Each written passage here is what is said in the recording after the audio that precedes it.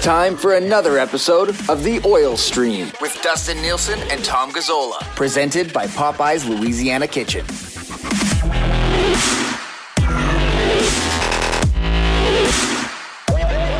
Episode of The Oil Stream. Happy Friday. Hopefully your week has gone extremely well. Nielsen and Gazzola back with you once again, and we are excited. We're actually doing this episode of The Oil Stream where we will be doing all of the oil streams moving forward in our new Edmonton Sports Talk studios. Still a bit of work to do on the wall. We got TV coming here and stuff, but the desk is ready to go. The lights are ready. The mics are working, and yeah, things are going pretty good, buddy. Hey, it's a nice dry run. Yeah, it is. May as well be on the oil stream. I think this is our last short oil stream. Like this would be our last the end of the podcast style oil stream. We're extending it into an actual show. 12 to 1. Full length Monday, show. Wednesday, Friday. Exactly. And I know that this wall, people have been dealing with it for the last couple of weeks since we've been doing podcasts, and you guys have been doing Tales of the Nasty.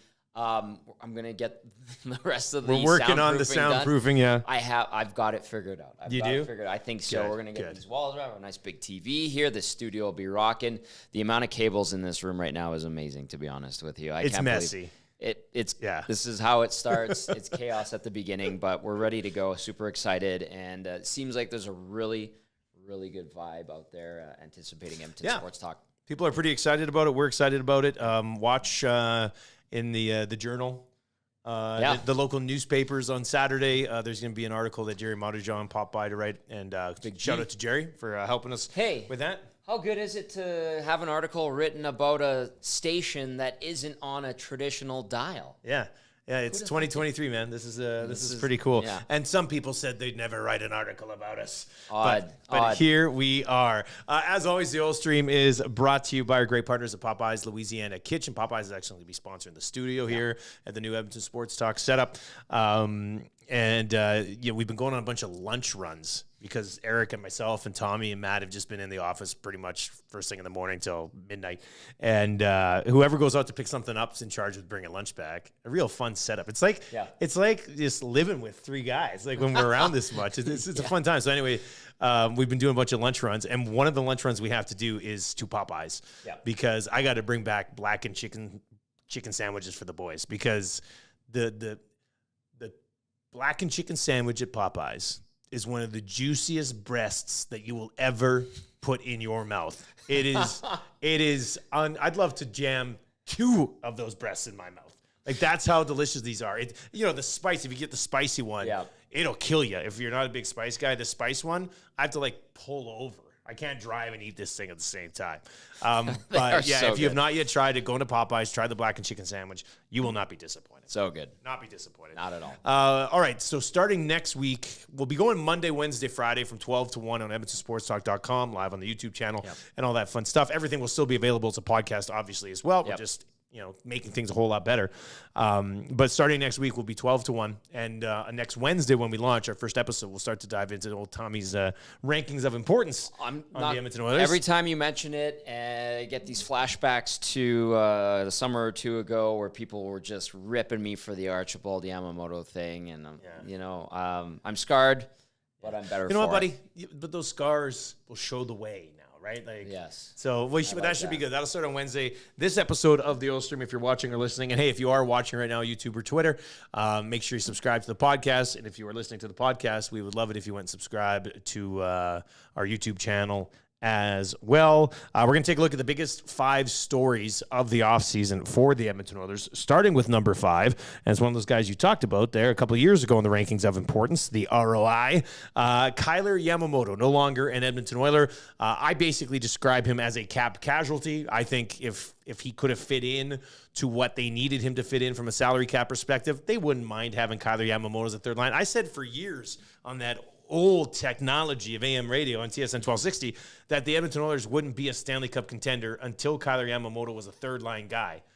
Well, on this team, man, he would have been a third-line guy. So I think they could have used him. I think they might miss him a little bit, but if he was on a more affordable ticket, he might still be here. A more affordable ticket because that ticket, the $3 million per year for the amount of production he produced and where he played in the lineup, it would bother people like it does. If Kyler Yamamoto made 1.75, people wouldn't complain. Please. Right? It would be okay to people. But the elements they will miss from Kyler Yamamoto being a Seattle Kraken, tenacity, determination, compete level, and he was a guy that they actually enjoyed having around in the room. He was a fun, easygoing guy. They seem to love him, right? And that's a good thing. But listen, one thing being a fun guy in the room that teammates enjoy doesn't always equate to winning on the ice. And, if Kyler Yamamoto had the frame of a Braden Point and could bulk up and have tree trunks for legs and thighs,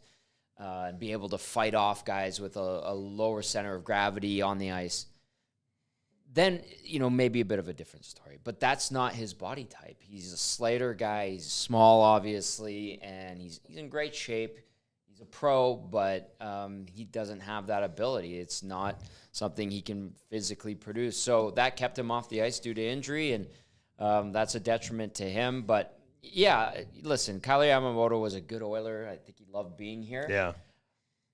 It's just, you start making money and you're not producing and you're hurt and the team loses games. They don't, win in the playoffs, although he scored a monster goal in the playoffs. Yeah. You start to look at the weaknesses on the team, or perceived weaknesses, if you will.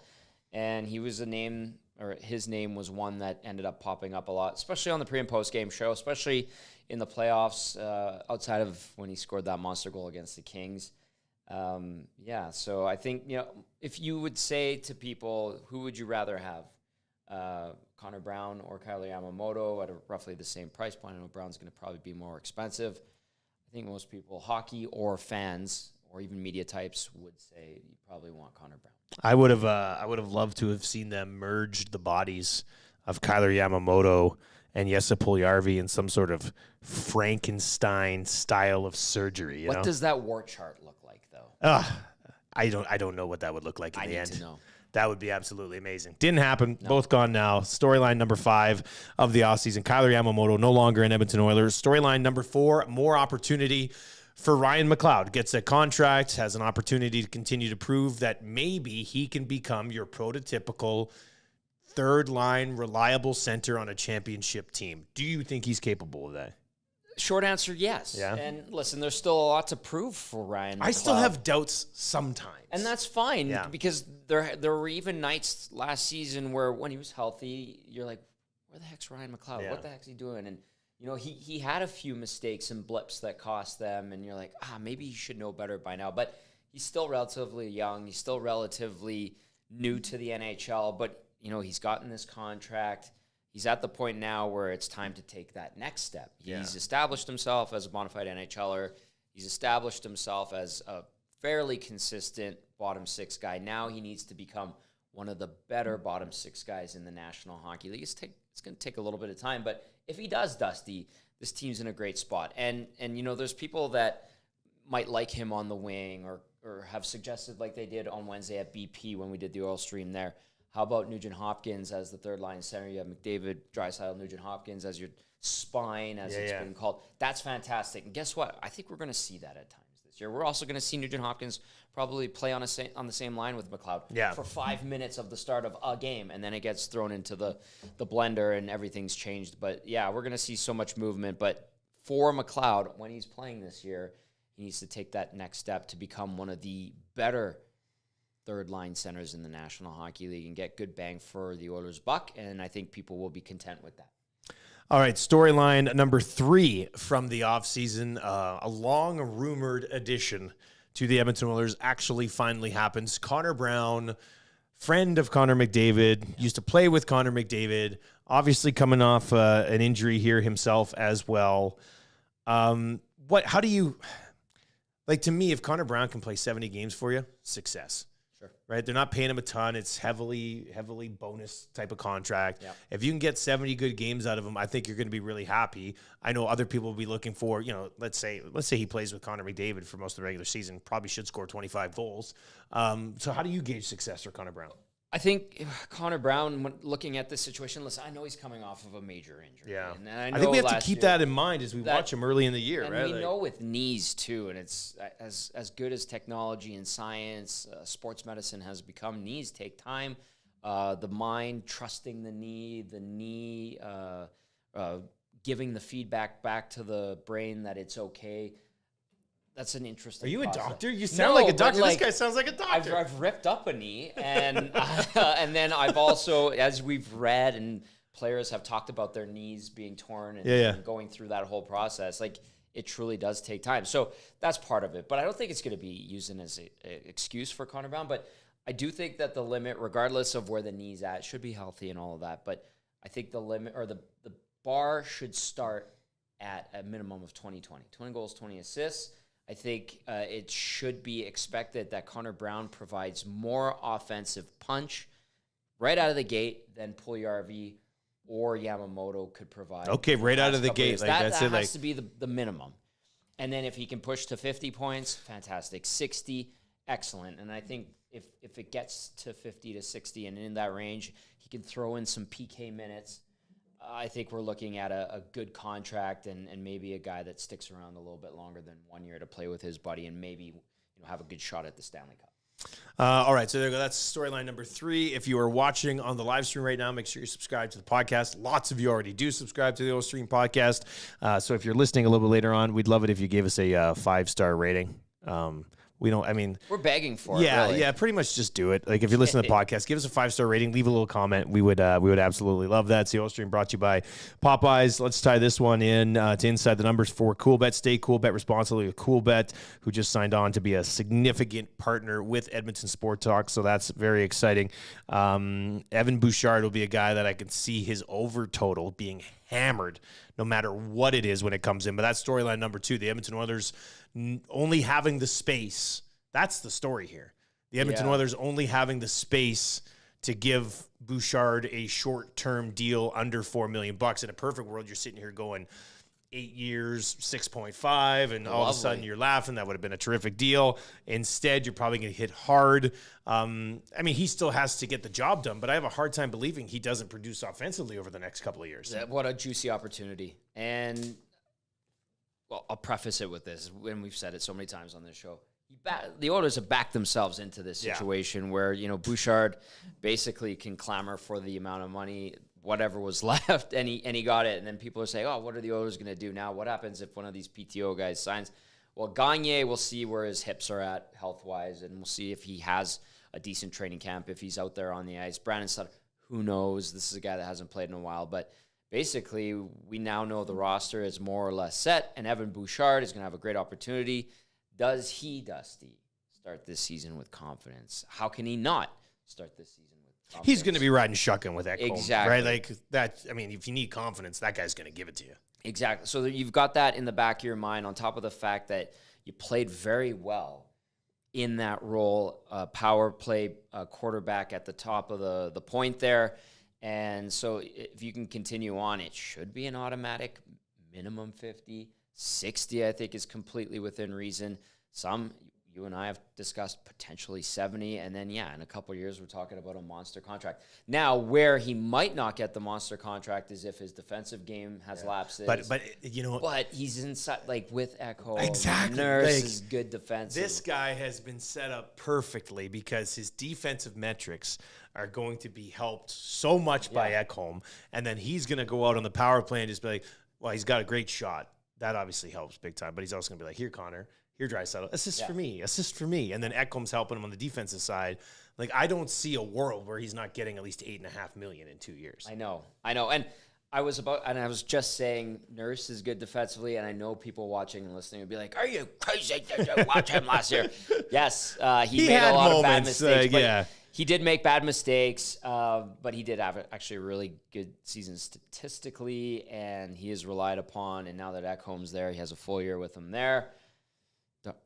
Nurse has to be good defensively, and just if he limits some of those mistakes. So I know I went down that path saying that as you were going into that run there, and people I knew right away. I was like, okay, I got to clarify this. His plus minus was outstanding. Nurse's was, and I know it's not the be all of everything. But especially when Ekholm came in too and kind of took over that plus minus thing, I think that's still an indicator. Anyway, that was an aside because I walked myself in. And then the number one story of the offseason for the Edmonton Oilers would be a surprising change at the top, an addition at the top. Because at the end of last year, if you would have said, Jeff Jackson, Connor McDavid's agent, is going to be running the Edmonton Oilers in 3 months. Yeah. I think we all would have said, that would be a little surprising. We'd say, what are you talking about? Yeah, but it's happened. And I mean, it's pretty clear to see why it's happened as you try to secure Connor McDavid to carry your franchise for the next decade. It totally makes sense. Yeah. There's been great response from people in the hockey world talking about how Jeff Jackson is more than qualified to do this job. But let's be honest, he's not getting this job if Connor McDavid isn't the captain of the Edmonton Oilers. I mean, but it all makes sense. Like it really does make sense if Connor McDavid is playing with the Edmonton Oilers until 2035 or something like that. Yeah, a smart preemptive move. Yeah, for the Oilers. yeah. I think this is one of those ones where you're like, geez, that was one out of left. Pretty field. clever move. Pretty yeah. clever. Yeah. Good on them. And as long as it works, and it has every reason to work. And speaking of Jeff Jackson, listen, I've talked to him a couple of times. Gotten to pick his brain a little bit. He's a smart guy. Obviously knows the game really well. He played in the NHL. He was in hockey ops. He was in the Leafs organization. He's covered all aspects of the game, right? And then he's handled being an agent. So this is a sharp guy. And as a CEO, it's not like he's going in and making trades or anything like that. He has great connections within the National Hockey League, obviously. So his job now, along with Paul Coffey, who will take on a larger role. And elevated role for sure. I like how the Oilers snuck that in with like one sentence in the press conference. Also, Paul Coffey. Taking on a bigger role. Well, and like, so we'll see. He already kind of had a sneaky bigger role anyway, right? So he did. Yeah. And that continues to grow. And I'm glad that that's something that we were able to hit on earlier this off season. And so we'll watch this continue to evolve. And we've already started to see a bit of a shift in the philosophy and where this team is going to start to go when we saw them move on from Tyler Wright. And, that was Ken Holland's guy. And now I think that's a pretty clear indicator that Ken Holland, this is it. This is his last year. They're going to let Ken Holland take care of the team this year. And then there's going to be a transition to the next guy. Do I know who the next guy is? Not necessarily. I could say this. It's not going to be Steve Sales because Steve Sales, like we've said, and then people were saying, hey, Tom, Some suggested to me, they're like, hey, because I said he's not on the website, and they're like, he was never on the website. And then, no, he was. Yeah. And I went today, and the Oilers have actually redone their hockey ops department website, and they've added all the players on the roster that are rookies and signed and all that. He's not on there. So he's out, like I've been saying. The Steve Stais era reminds me of like the Derek Brassard era and things along those lines. Was he really here? Exactly. What was happening there? So that's kind of how that be. But obviously a huge story. And it's funny when we look back on this, kind of a quiet offseason for what we've seen like over the last decade. But they didn't have much cap space. They make the huge change with Jackson. They finally get their man in Connor Brown, and they lock up a couple of guys to continue. Other markets obviously had bigger off seasons and busier off seasons. But this is a pretty significant off season for the Edmonton Oilers. Off the ice, it is, absolutely. Yeah. And then just solidifying the lineup with guys that you've brought in, you've put time, money, and effort into, and now you're entrusting them to help you achieve glory, and that is the Stanley Cup. And one thing I'll add to this that I find interesting in reading, I think it was Speck's article when he talked to McDavid, Connor's attitude and setting the tone early and getting everyone here by September 5th. We've seen, social media posts with the guys. Well, they want to be in town when Edmonton Sports Talk launches on the 6th. They're very excited about Edmonton Sports Talk. We know this firsthand. So just him setting the tone, obviously Draisaitl, Nurse included, where, winning is everything, and that's what has to happen this year. I think that's, to me, something I'm going to keep an eye on and see how much that permeates to the rest of the group. Because last year, when the team got hot after the first couple of months, remember they were kind of up and down the first couple of months. When the team got hot, that group was so consistent, and they was were on the there. record and off the record. In that locker room, talking to the players, and I'm like, geez, like you guys are like, this is hardcore, but the vibe's good. That guy told me this, that guy told me that, and the next, like, say I was talking to Warren Fogle or something like that, he'd be like, well, we're not bullshitting you. Like, we legit believe this. We need to do this, this, and this. And these are off-the-cuff conversations. And then you go to the next guy, and you're like, hey, I'm hearing this thing. Seriously, man, like, this group is outstanding. Like, I think we're going to see that type of mentality and then take it to the next level. And that's just my take on kind of talking to the guys, seeing what they did on the ice, and then hearing what I'm hearing from Connor going into this season. Could be a great year. Could be a great year. Unfortunately, Tommy's going to have to rank all of these players as we move forward with another episode of the Oil Stream. From now on, the Oil Stream will be live on EdmontonSportsTalk.com when we launch next Wednesday, and then you'll get the Oil Stream from 12 until 1 on Monday, Wednesday, and Friday, and then you get a really good show on Tuesday and Thursday as well from 12 until 1 with Matt Cassidy and Joaquin Gage and myself. So that should be a lot of fun as well. We're very much looking forward to it. Make sure you bookmark EdmontonSportsTalk.com. We're going to have more details on this coming out over the next 4 or 5 days. Tommy with the Oil Stream pre- and post-game show. We'll be back as well. On location. On location. Maybe we'll tell you where. Sometimes here in the studio just for funsies. So there'll be lots going on there. So we're very much looking forward to that. Tommy, you get back to work on your rankings of importance and soundproofing this studio. Yes, I'm looking at it right now. This is your day right here, bud. one panel is still sticking. All the others have fallen off. So I've requested drywall nails from Matthew Iwanek. Yeah, we'll get cracking on that. We'll see how it goes. That's going to do it for another episode of the Oil Stream. Tommy, get us out of here, bud. Like, share, subscribe, all that good stuff. Hit and smash the thumbs up button. That's important. People are catching on. Edmonton Sports Talk socials are becoming bigger and bigger. We are a digital station now as we get set to launch on Wednesday, which is amazing. And make sure you follow Edmonton Sports Talk on Twitter and Instagram. All the socials. We've got a lot of great things brewing, and this thing is getting bigger and better, and it's going to be awesome. And Dusty, I think for a dry run in our new studios with our new desk and all this new gear, I think this went pretty good. It's going to be a lot jazzier next week. Yeah. Stay tuned because we're pumped and ready to go. So have a great long weekend. Hello, everyone.